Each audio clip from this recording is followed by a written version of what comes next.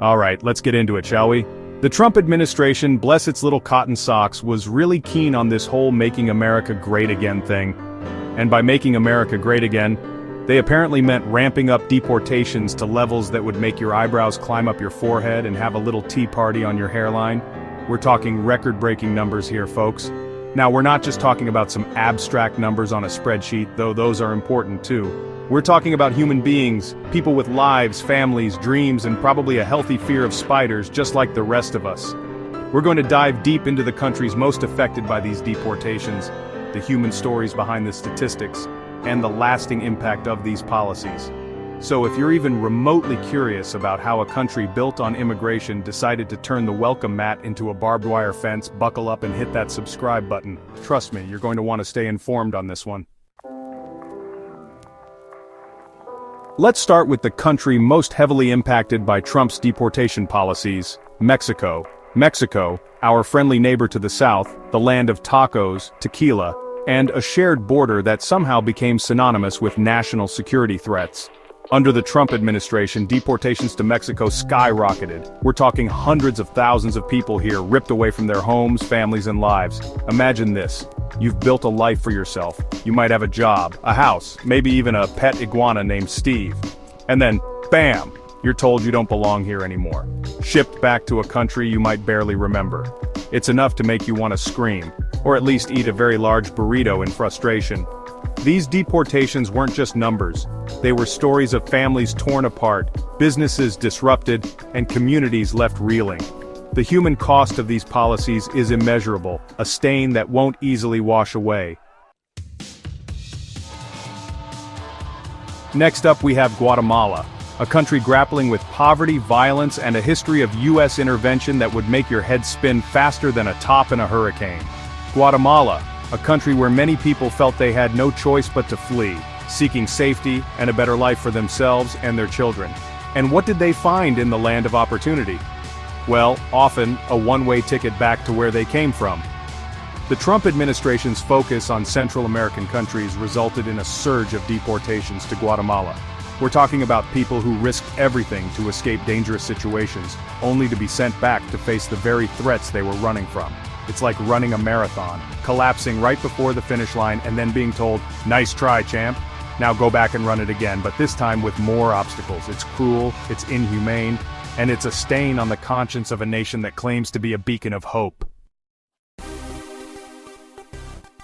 Hold on to your hats, folks, because we're moving on to Honduras, a country grappling with gang violence, political instability, and a hurricane season that seems to be getting longer and more intense every year. Honduras, a country where many people are caught between a rock and a very hard place, forced to choose between staying and risking their lives or leaving and facing the uncertainty of the unknown. And for many who made that difficult choice, the unknown turned out to be a deportation order back to the very dangers they fled. The Trump administration's zero-tolerance policy hit Honduras hard. Families were separated, children were detained, and lives were thrown into chaos.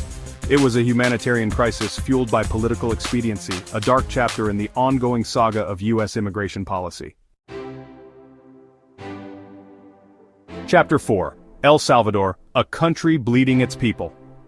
Buckle up, Buttercup, because we're heading to El Salvador, a country plagued by gang violence, poverty, and a history of civil war that left scars deeper than a 10-year-old's attempt at carving their initials into a tree. El Salvador, a country where many people felt they had no choice but to flee, to seek refuge on the shores of a nation built by immigrants. And what did they find?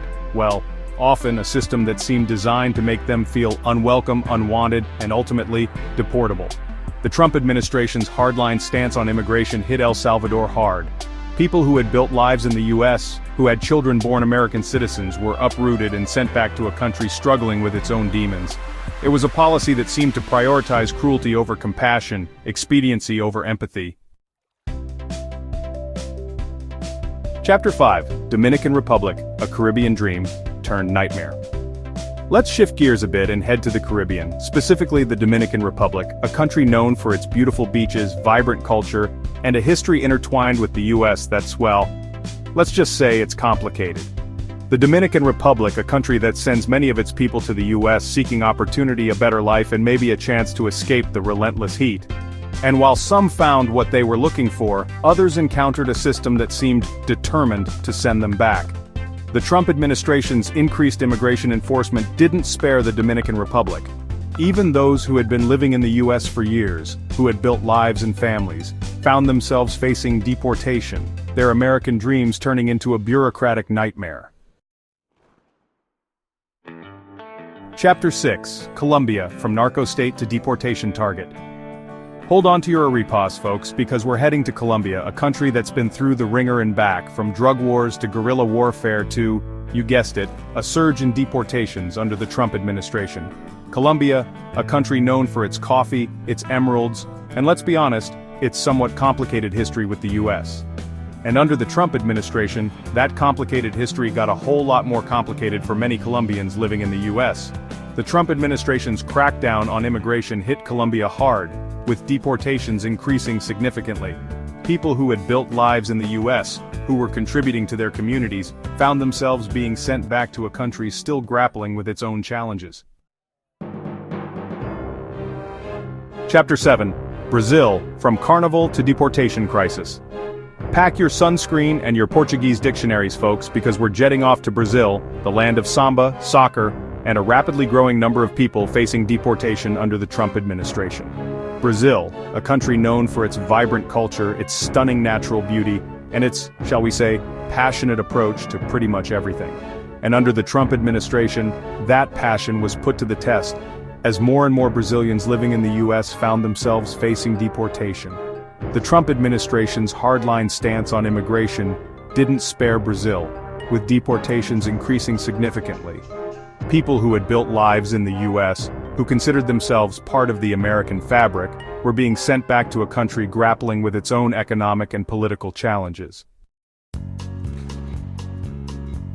Chapter 8, Nicaragua, a country adrift in a sea of deportations. Get ready for a heavy dose of reality, folks, because we're heading to Nicaragua, a country grappling with poverty, political repression, and a history of U.S. intervention that would make your head spin faster than a top in a hurricane. Nicaragua, a country where many people felt they had no choice but to flee, to seek safety and a better life for themselves and their children. And what did they find in the land of opportunity? Well, often a one-way ticket back to the very dangers they were running from. The Trump administration's focus on Central American countries resulted in a surge of deportations to Nicaragua.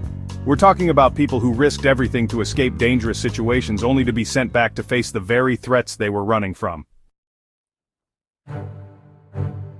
Chapter 9, Ecuador, from Andean peaks to deportation flights. Hold on to your hats because we're climbing the Andes Mountains to Ecuador, a country known for its stunning biodiversity, its delicious chocolate, and unfortunately, its growing number of citizens facing deportation under the Trump administration. Ecuador, a country that sends many of its people to the U.S., seeking opportunity, a better life, and maybe a chance to finally afford to buy those ridiculously expensive alpaca sweaters. And while some found what they were looking for, others encountered a system that seemed determined to send them back. The Trump administration's increased immigration enforcement didn't spare Ecuador. Even those who had been living in the U.S. for years, who had built lives and families, found themselves facing deportation, their American dreams turning into a bureaucratic nightmare. Chapter 10, Haiti, still recovering, still deporting. Let's end our journey in Haiti, a country still recovering from a devastating earthquake, still grappling with poverty, and now facing a surge in deportations under the Trump administration. Haiti, a country that has known more than its fair share of hardship, a country where many people felt they had no choice but to leave, to seek a glimmer of hope on foreign shores. And what did they find? Well, often, a system that seemed to view them with suspicion, a system that seemed all too eager to send them back. The Trump administration's hardline stance on immigration hit Haiti hard. People who had built lives in the U.S., who were contributing to their communities, found themselves being sent back to a country still struggling to get back on its feet. Outro: the human cost of deportation. So, there you have it, a glimpse into the human cost of the Trump administration's deportation policies. We're talking about millions of lives disrupted, families torn apart, and communities left reeling. It's a legacy that will take years, if not decades, to fully understand and address. And if you're as outraged, heartbroken, and frankly gobsmacked by all of this as I am, then do something about it. Hit that subscribe button, stay informed, and let's make sure this kind of thing never happens again. Because at the end of the day, we're all human beings, deserving of compassion, understanding, and maybe a really good taco truck every now and then. Oh, and one last thing. If you're going to make a video about this, please use music from YouTube Studio. We don't want any copyright strikes getting in the way of spreading the word about this important issue. Stay informed, stay angry, and stay tuned.